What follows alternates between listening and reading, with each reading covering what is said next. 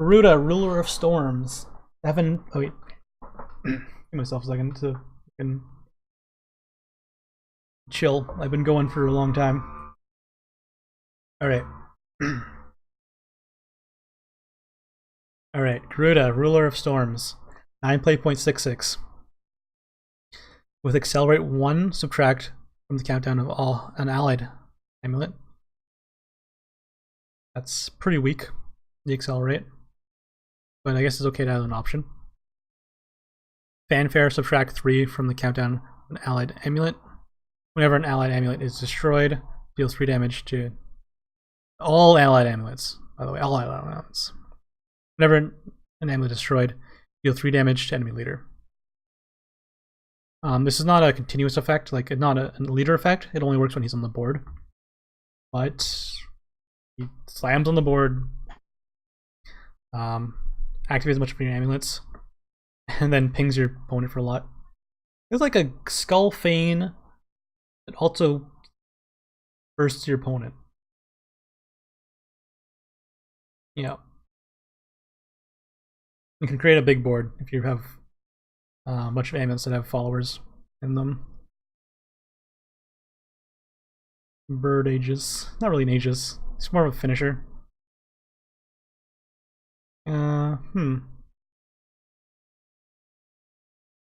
Amulet, like, every Haven deck runs amulets. I can just see like this being a one of in like a Tenko Shrine deck, just to have more burst for some reason.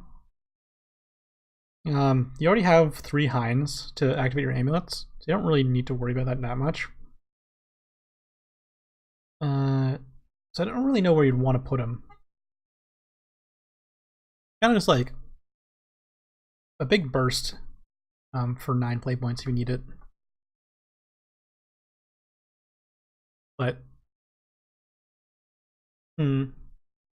yeah, like you set up a bunch of amulets on turn 8.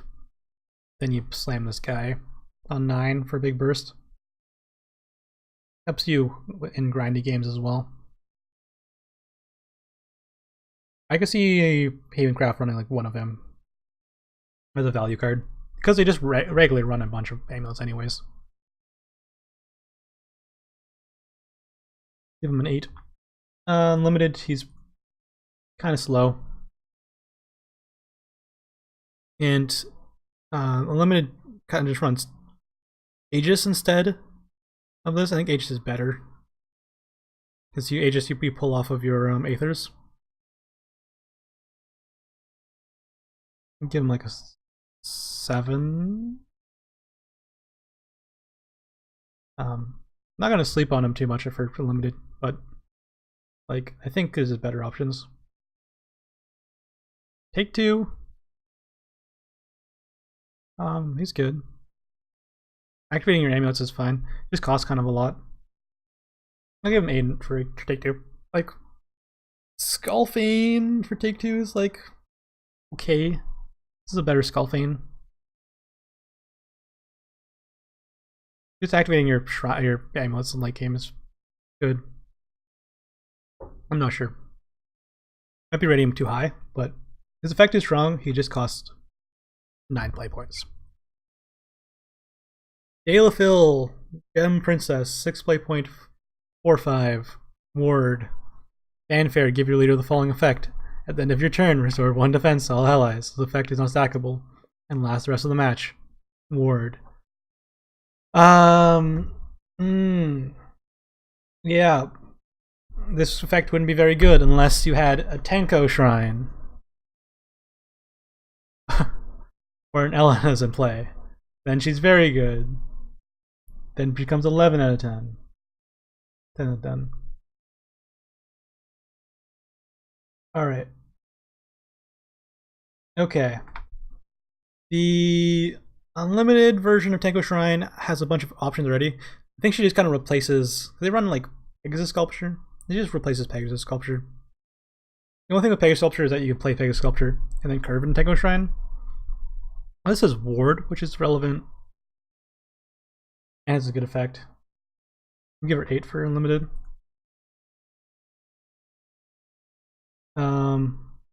and take 2.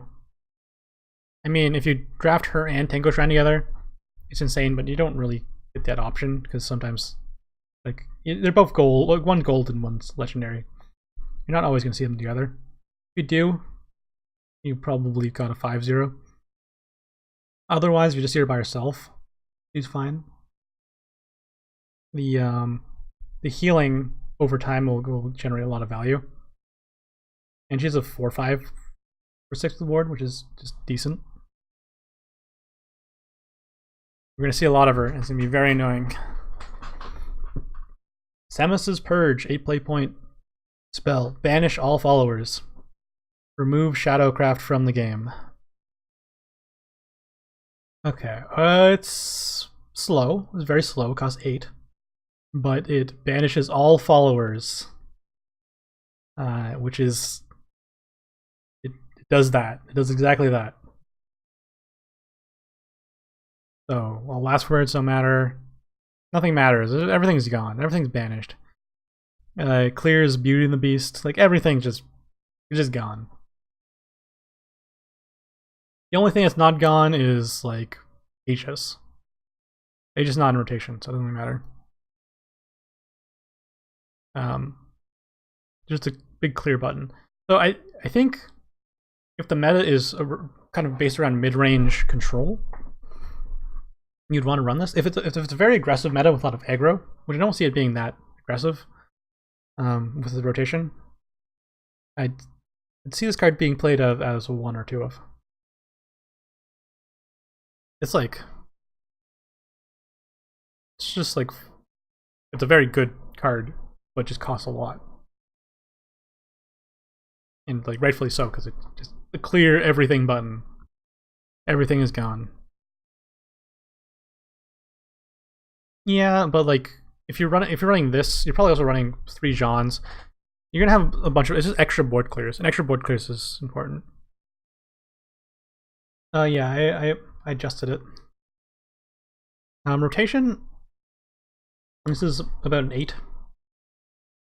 Unlimited, essentially unplayable. It just costs too much. Take 2, like a 9.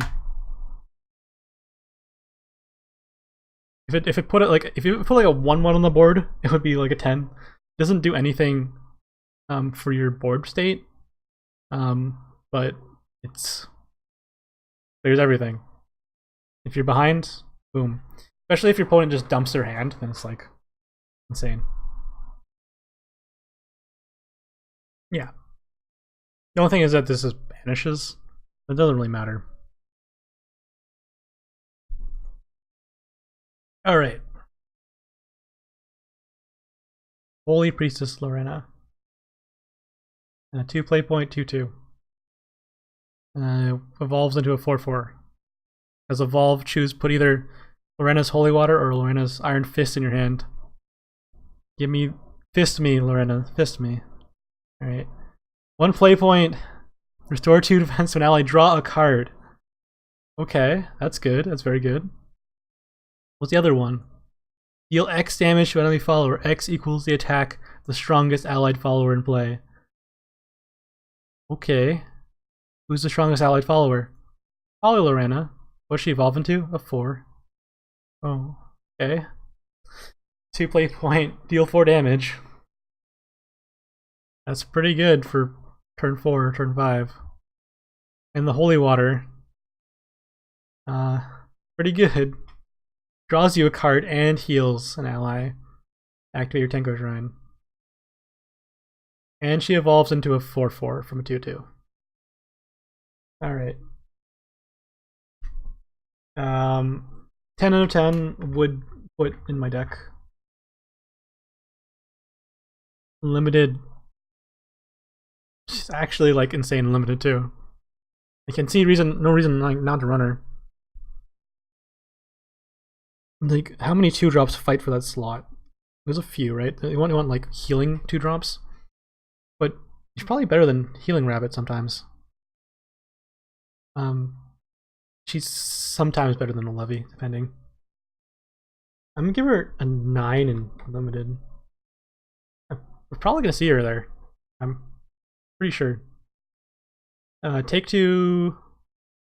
Old Levy was fine. Take two pick. This card's as good or better situationally. We're at 8. Essentially a cudgel, but more flexible. Just not super impactful as like a late game card. But like, I mean, you have Lions crystals for late game. So I'm gonna give it a 9. And she's a 2/2. She's a fighter stats. Better than rabbit stats. Card's dumb. Haven gets everything. Ada gets nothing.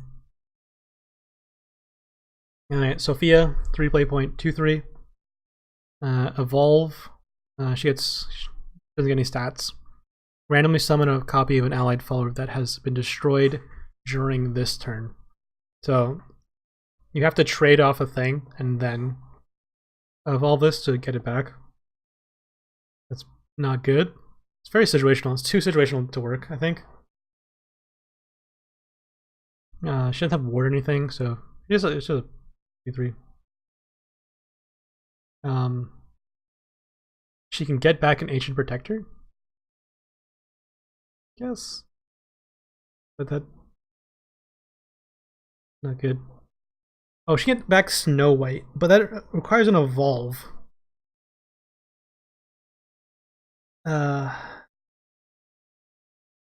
Sophia with 2 in common. You have to trade your 2 in common and then evolve this. So yeah, I mean, like, things die, you get them back. Of course, if they have last word, then they have a better chance of sticking around. I don't know. I don't think it's worth it. Run in constructed. It seems kind of janky. Is there anything broken and like unlimited you can use this for? Probably not. It's only a random follower that's been destroyed this turn. So you get to decide really, because it has to be on your turn. Like it has to be on your turn. You decide which ones get destroyed because you have to trade. It's a 3 play point 2/3, which is fine for with an upside. Like upside's not that good, but sometimes it could work. I'm gonna change rotation to a 5. It's like that. Like a 5 out of 10.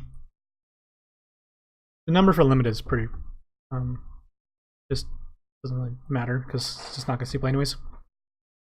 Prism Swing, what's this? 3 play point spell, deal 4 damage to enemy follower, put a Holy Lion crystal in your hand. That art is so good. That art's pretty good. I'm gonna say right away, this card is a 9 out of 10 in take 2. Holy Lion crystals are really good there. I haven't looked at the other cards yet that I've missed. Like I haven't seen them. But maybe there's more Lion crystal support. I think it's a 7 probably for rotation. Holy Lions don't really work, but it's still 3 damage, 3 play points, 4 damage, which is like 3 unlimited. Yeah. Yeah, hopefully this card is voiced. It'd be so good. Is a giant baseball bat with nails in it, with like a magical girl thing on the end. This is the only Holy Lion. Okay, alright. So I would rate it higher if there was more Holy Lion crystal support, but there's not that much, so. Yeah, Holy Lion crystals in take 2. Kind of insane. Father punishment. Daddy punishment. Punish me. 1 play point 1/1. Evolve, destroy an enemy follower amulet. That art. I'm not disappointed with his evolve art. He destroys something, and he destroys an amulet, so he destroys his opponent's Tenko shrines. You tech this guy in for the mirror match. Otherwise, he's good in most situations because just destroying enemy follower is fine. But he doesn't gain any stats on evolve, so he's not really going to kill anything when he evolves, other than Whistle effect. But he destroys an amulet, which is important in the mirror match. Punish me. I'm excited to hear this guy's voice. Not excited when the opponent uses them on me, but I'm still want to hear it. Angelic Idol. 5 play 0.55. Ward. Can't attack. Evolve this follower if an allied amulet is destroyed during your turn. Evolves into a 6/6 with ward and can't attack. That's kind of, I like the theme of this card. Like a statue, and then it becomes like a real thing. So unless you have another card that activates your amulet right away, you won't be able to do anything with this guy. But just like a 5 play 0.55 with ward, it's fine. And you can still evolve him to attack, so it's not like you really lose out on that option. Seems very situational, but okay-ish. Rotation, I don't think you're going to play him. Ever. Unless you really need that ward early. I think there's probably better options. Yeah. It's like... It's pretty below average. I'm going to give it a 4. Crash for unlimited. Take 2, he's not even that great. I'm going to give it a 5 for take 2. Yeah, the rotation is a 3. He's not going to see play. Bashful Almirja. Replay 0.23. With Fanfare Enhanced 5, gain +2 attack. Gain Ambush until end of your opponent's turn. And it has, at the end of your turn, restore 2 defenses later. So this is, activates Tenko Shrine. She also heals herself, which makes her really good when you're going first. Because what you can do is you, like, opponent play the 2-drop. You can kill the 2-drop with this 3-drop, and then it heals itself, which is fine. But biggest thing, it triggers Tenko Shrine. And that's pretty good on curve. Curve this in Tenko Shrine. And it's a body. Like a good, like a well-statted body. Look how well her stats are. And it has this extra enhanced 5. Like, I didn't really need this. Enhanced 5, gain +2 attack and ambush, which means that you still activate your Tenko Shrine, but you also get the option of smacking him in the face for up to 6 damage with the evolve, which is kind of annoying. And then, like, it activates your Tenko Shrine twice, almost guaranteed, because it activates it at the end of your turn. It has ambush, so the opponent can't remove it. And then on your turn, he activates it again. I'm gonna give it 7 rotation. Unlimited, you have a lot of things to activate your shrine. Maybe you don't want to play it, but I'm still gonna give it like a 6. You might want to play this over Healing Angel, but I think the Healing Angel is more important because heals your face. And there's a lot of aggro. Maybe like a 5.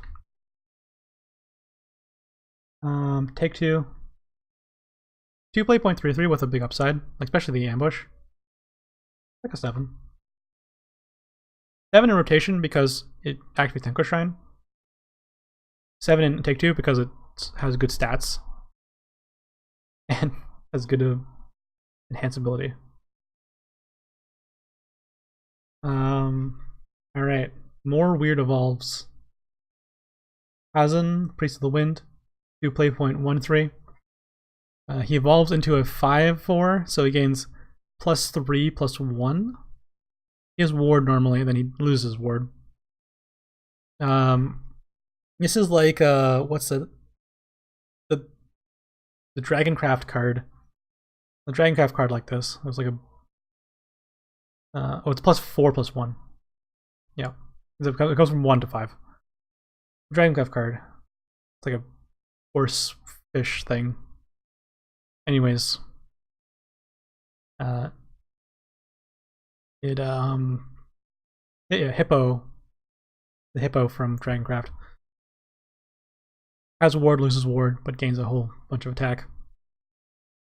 You're playing in a very aggressive Havencraft list. You could play this.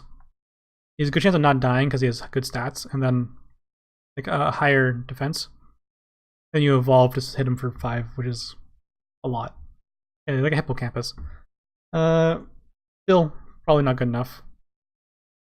1/3 ward is good for temple decks.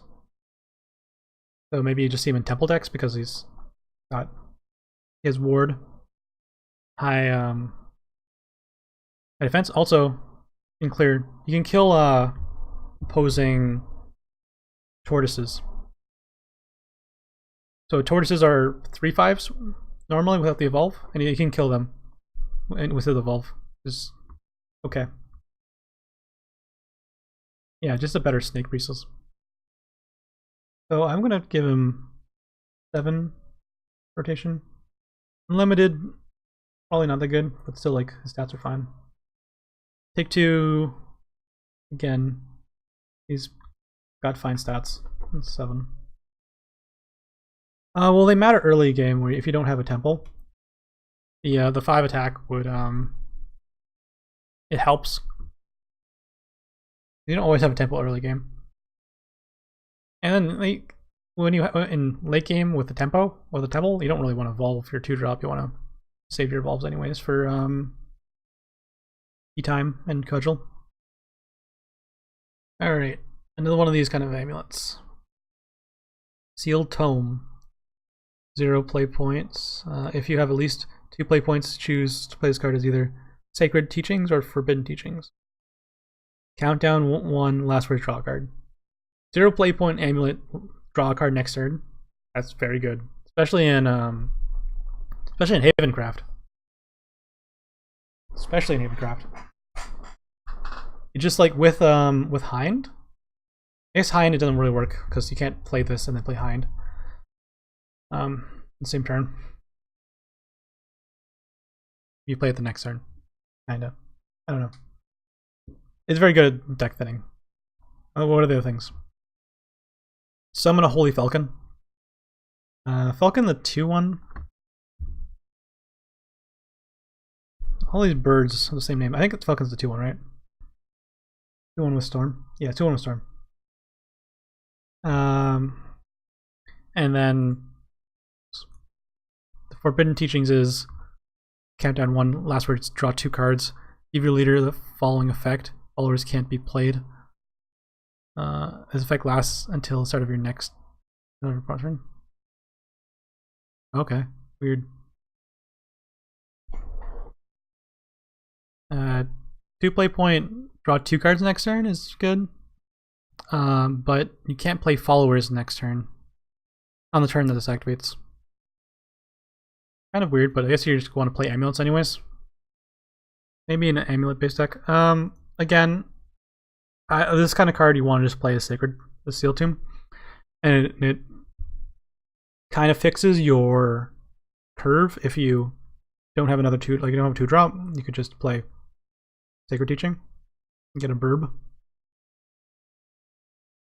Yeah, it's just such a good effect. The only issue is that it's delayed card draw, but I think it's fine. Just if you just send your deck, you can just play less cards in your deck. That's everything. Almost done. Almost done.